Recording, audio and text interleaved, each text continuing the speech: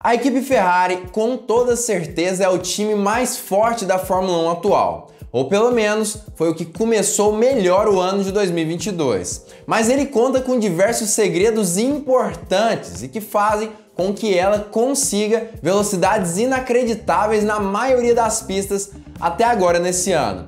E um deles está ligado inclusive a um downforce extra, uma asa extra no F175. Quer saber tudo sobre isso? Então fique ligado porque chegou a hora do piloto! Fala piloto, sou Lucas Camargo, piloto de corrida há 10 anos e a Ferrari é um dos principais destaques desse ano de 2022 na Fórmula 1. Já começou o ano como uma grande favorita para a maioria dos especialistas na categoria e conseguiu sim vencer grande parte das corridas. Para ser mais preciso, 50% das corridas até agora foram vencidas por Charles Leclerc, da equipe italiana, sendo que as outras duas, apesar de não terem sido vencidas por ele, ainda assim contaram com um desempenho excelente da equipe Ferrari. Entretanto, isso tudo não é por conta do piloto apenas. Na verdade, ela traz alguns segredos importantes e que eu vou discorrer nesse vídeo. Inclusive, esses segredos são responsáveis não apenas por manterem uma potência um pouco maior no motor, mas também uma pressão aerodinâmica inacreditável nos carros, trazendo uma inovação que foi vista poucas ou nenhuma vez na história da Fórmula 1. Claro que eu vou falar tudo sobre isso nesse vídeo, trazendo informações de qualidade e os links, inclusive, já estão todos aqui embaixo na descrição. Mas antes eu queria te convidar a deixar o like nesse vídeo, deixar o seu joinha. Isso ajuda demais esse canal a crescer cada vez mais e me incentiva a fazer vídeos cada vez melhores para você. Além disso, se você ainda não for inscrito, já se inscreve e ativa o sininho para todas as notificações para não perder vídeo novo. Mas vamos continuar a falar mais sobre esse assunto e o porquê a Ferrari conseguiu, através de um truque secreto, conseguir ali maior pressão aerodinâmica, principalmente nas áreas de tração no circuito da Fórmula 1.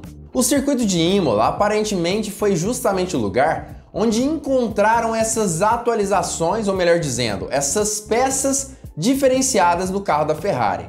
Imola é um circuito de média barra alta velocidade, que faz sim toda a diferença se um carro conseguir melhor tração, tanto nas saídas de curva quanto também nos momentos de frenagem. Tem sim frenagens muito fortes e saídas de curva onde os pneus não podem distracionar de forma alguma, ou seja, um carro que privilegia as rodas traseiras em detrimento das rodas dianteiras, na maior parte das vezes consegue um desempenho um pouco melhor em Imola, já que aumenta a qualidade da sua tração e, consequentemente, consegue sim saídas de curva mais interessantes. Mas o desgaste de pneus também é outra questão importante. Ou seja, se você consegue um downforce melhor no eixo traseiro e melhora consequentemente sua tração, o desgaste também diminui. Além disso, Imola era uma pista que se esperava que as Ferrari acabassem sofrendo um pouco mais com o fenômeno do porpoising, as quicadinhas ali no final da reta. E ela fez sim diversas simulações, diversos estudos e inclusive levou a algumas pequenas atualizações do carro na intenção de diminuir esse efeito.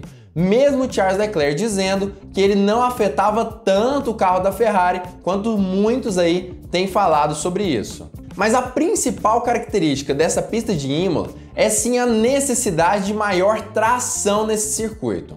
É claro que a Ferrari já tem privilegiado esse tipo de característica desde o primeiro GP desse ano de 2022. Aparentemente, com o seu motor do F175 extremamente potente, com um torque muito alto, é necessário que o carro também privilegie a tração, para que as rodas traseiras não distracionem em qualquer situação. Dessa forma, o F175 acaba dando uma certa vantagem, ou pelo menos privilegiando essa questão do carro, na parte de tração ali, para que eles consigam utilizar toda a potência do seu motor. E segundo aí a maioria dos links que eu tenho acessado ou dos canais de comunicação que eu tenho visto, ela tem privilegiado pontos de tração desde sempre no início desse ano. Mas apenas no GP de Imola que alguns apêndices aerodinâmicos foram encontrados no F175. Apêndices esses encontrados principalmente nas partes dos dutos de freio da Ferrari.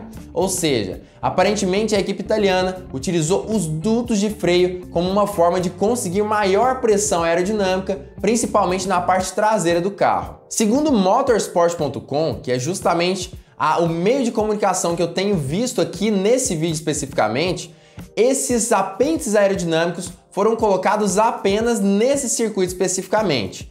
Mas eu tenho minhas dúvidas e acredito eu que talvez ninguém tenha visto eles anteriormente, apesar de que eles poderiam sim estar lá desde sempre. Mas segundo Motorsport.com, eles foram aplicados no circuito de Imola especificamente. E segundo esse mesmo meio de comunicação, Motorsport.com, aparentemente o regulamento acreditava que tinha eliminado a possibilidade dessa solução, desses apêndices aerodinâmicos ligados aos dutos de freio dos carros de Fórmula 1. Mas a Ferrari conseguiu driblar o regulamento, encontrar uma área cinzenta ali dessa parte do regulamento de 2022 e conseguiu aplicar em seu carro.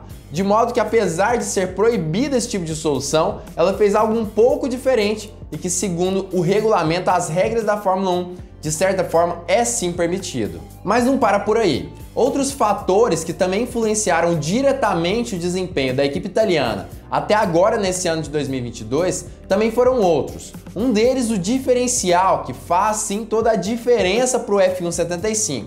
Outro deles foi as qualidades da suspensão do carro, que faz sim que ele tenha uma certa melhoria na questão aí da tração nas saídas de curva. Além disso, outro fator que o pessoal do Motorsport.com chegou a falar também é sobre a potência inacreditável da unidade de potência. Aparentemente, a parte do motor endotérmico ligada à parte híbrida ali da unidade de potência da Ferrari também é extremamente satisfatória, principalmente nas saídas de curva da equipe italiana. E me parece que essa é a grande diferença entre Ferrari e as suas rivais, as saídas de curva. E é justamente aí onde ela tem tentado ganhar mais velocidade e mais tempo na maioria dos traçados desde até agora em 2022. Mas na verdade, apesar de todo esse conjunto de fatores que com toda certeza fazem a diferença para que a Ferrari atinja bons tempos tanto na qualificação quanto na corrida, o Motorsport.com resolveu sim